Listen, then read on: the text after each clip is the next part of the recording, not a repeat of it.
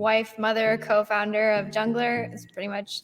In terms of changes, also there has been few changes in sponsored display ads as well. So listing optimization is not my area of expertise. I will say I agree with you. Those ones have, if you're running a lifestyle image, that takes like the whole chunk of the first page.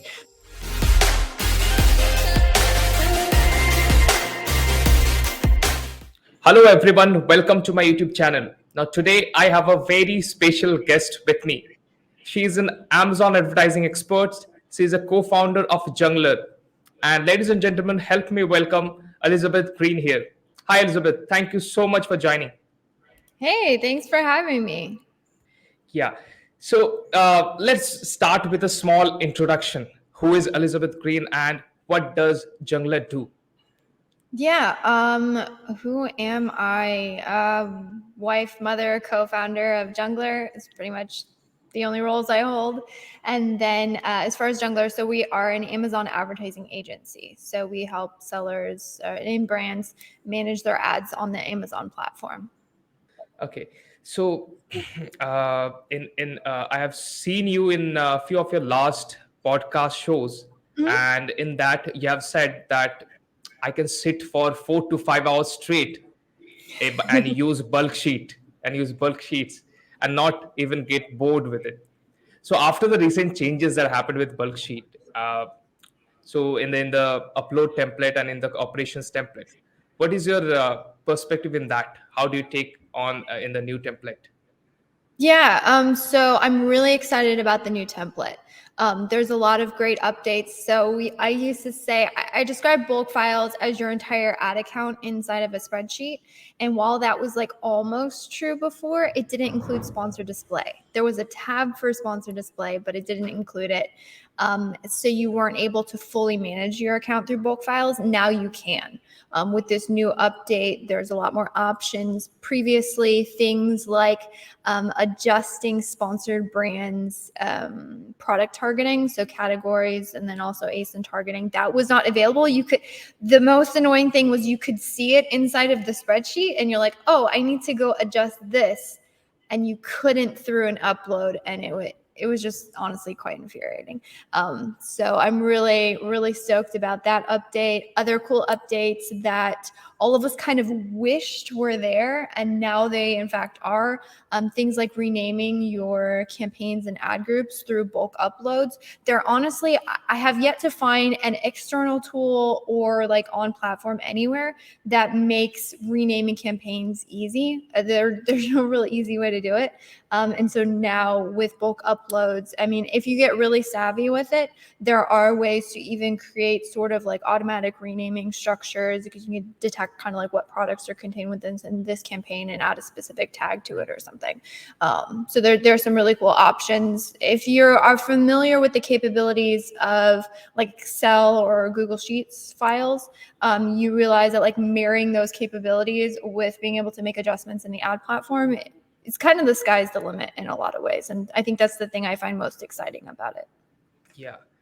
And in terms of changes, also there has been few changes in sponsored display ads as well.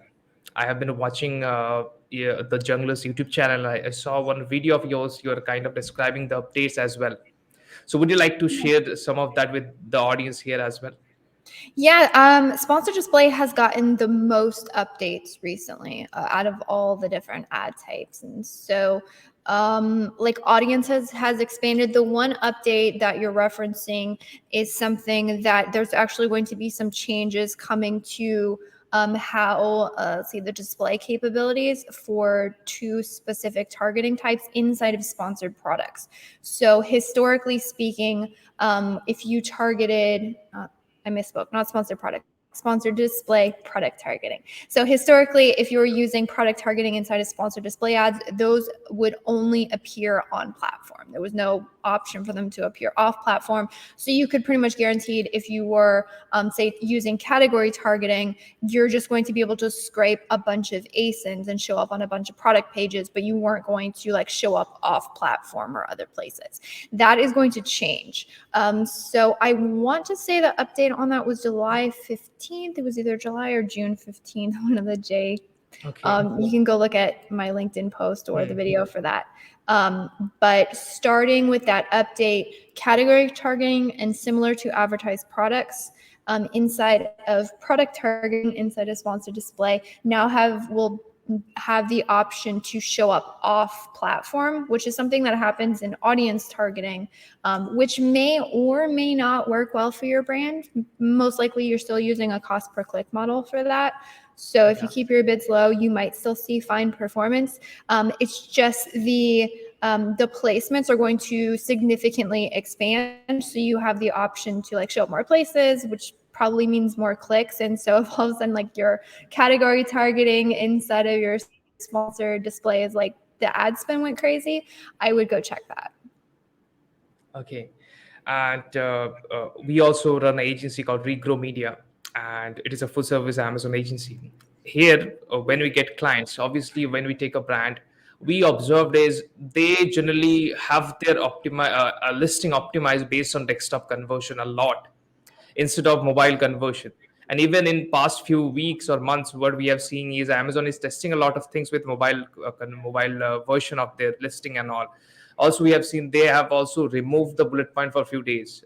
We do for some of the products, and so they are focusing a lot in mobile conversion right now. What I can see, and based on a few posts in your LinkedIn, also I came to know that yes, you are also focusing in that part a lot with your clients. So what would be your few tips on how we can get a more mobile optimized listing? Yeah, so listing optimization is not my area of expertise. I will say I agree with you. Amazon is trying to, I mean, they want a good shopper experience. That's like their core tenet. That's why they exist. Like good shopper experience. We know shoppers want, fast shipping and they want good prices and they want good selection. Like that's what they're focused on. So anything that they can do to make that shopping experience better, they're going to do it. And as most of us are on our phone, mobile is becoming more and more significant. And so I agree with you. A lot of people forget to check how things look on mobile. The other thing you need to keep in mind is as far as the advertising goes, mobile, there's a lot less ad spots available on mobile. Other thing is like, so sponsored brands headline ads, those ones have, if you're running a lifestyle image, that takes like the whole chunk of the first page. So those are going to be much more official on mobile to run. As far as the optimizations, I'll probably leave that to you on what to do with your listing. I 100% agree, though. You need to be very aware of what that looks like on the platform, what your category looks like. Even on desktop, every single category probably, has a slightly different nuances to how the listings show up, or at least, kind of what word counts are available. So those are definitely things to pay attention to. Yeah. And also, since we have talked about display ads as well, in display ads, we are still very scared to touch the audience targeting. Not talking about the retargeting part, the advertised product, those part, but the demographics part, where it is still Demographics, yeah. very broad. So, Yes, it's how do very you see? broad. To be honest, we don't use it significantly unless we've kind of expanded all the other options and it's just something we can test. You can still test it in a pay-per-click model. So there is an option to do like pay-per audience now, or pay-per impression, sorry. That one is harder to test at lower budgets because the minimum bid you can put on one of those is $1. You can still set like a minimum budget on it if you want to just make sure you're not going to spend significantly.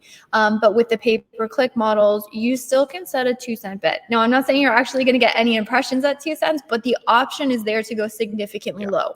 So if you wanted to start at like say 5 cents, 10 cents, 50 cents, work your way up, if that's something that you opted, makes sense to test for your brand. However, if you have like a whole bunch of things inside of sponsored products, maybe even sponsored brands, and then like sponsored display, product targeting that you haven't already explored, honestly, I think your best efforts are spent there anyways. But if you're looking for like that extra little piece, you can test that audience type.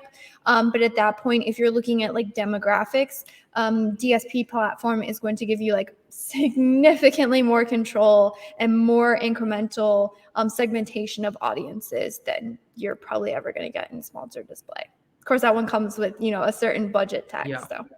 Mm-hmm. Yeah, I totally agree on that part.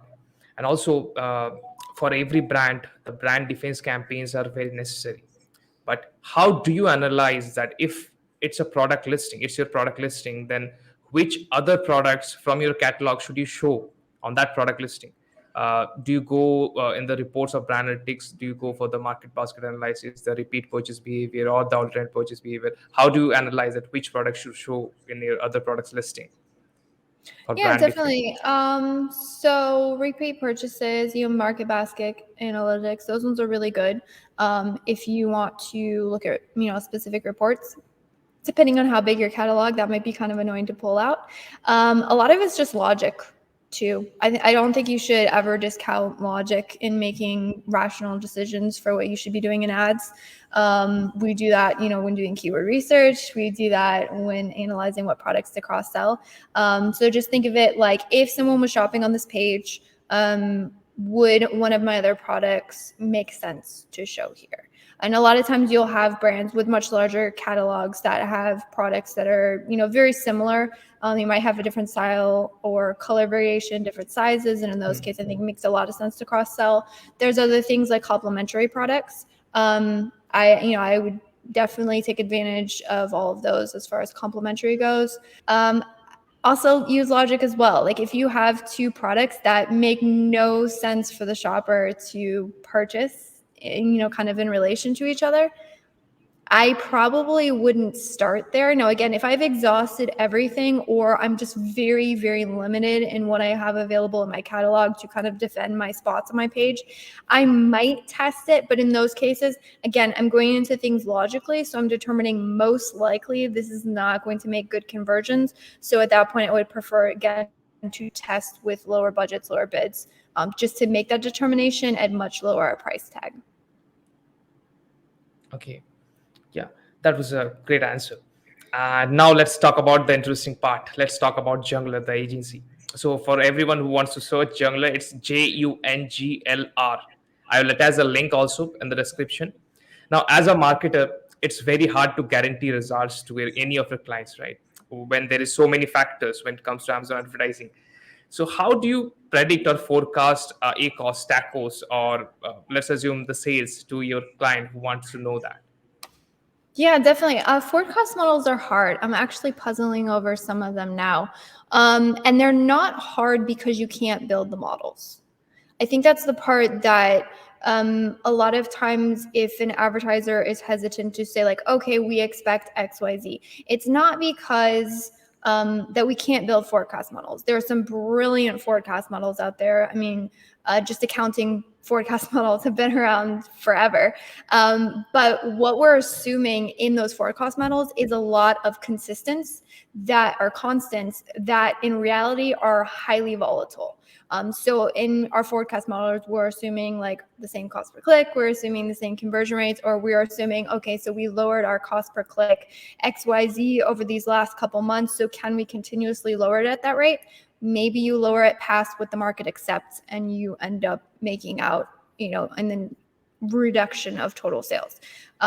So yeah, it's a good thing to puzzle over. I think it's well worth an advertiser's time if you're dealing with certain situations to sit down and forecast out things like that. Three things we look at like a lot is we look at, of course, ACOS, total ACOS, but one thing we're paying a lot of attention to these days is ad sale, what I call ad sale percentage. You've heard of like ratio of ads to organic sales.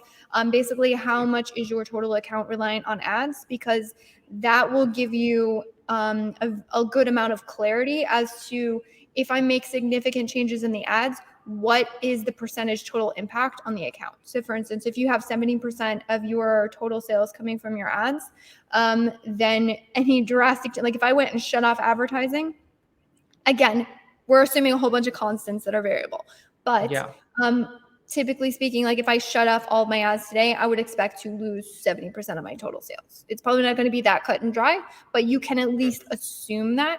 And so you can know, if the client's saying like, hey, I need to significantly reduce my budgets, in those scenarios, if we're dealing, with a high amount of the ad sale percentage, we then have the information to come back to the client and say, we will do whatever you want. At the end of the day, it is your brand and you're the one spending the ad dollars.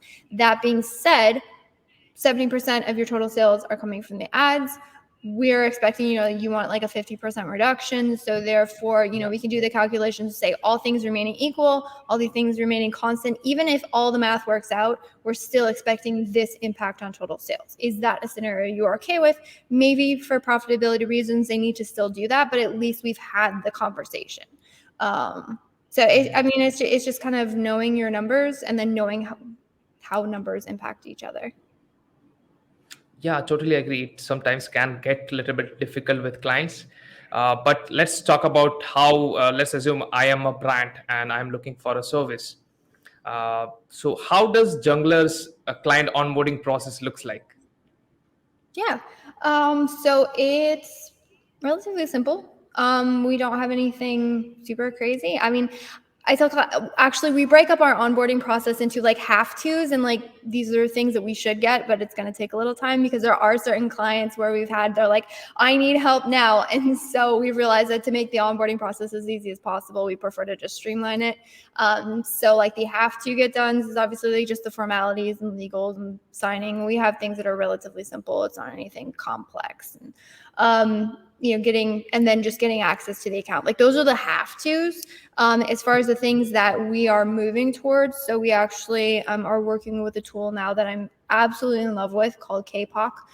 They're relatively new to the space, but it gives me an insane amount of incremental data on a SKU level for all of our clients. And we're recognizing now that as the market gets more and more competitive, we need to get better. And to get better, that requires us to be able to not only have access to data, but have access to views that allow us to make decisions very quickly.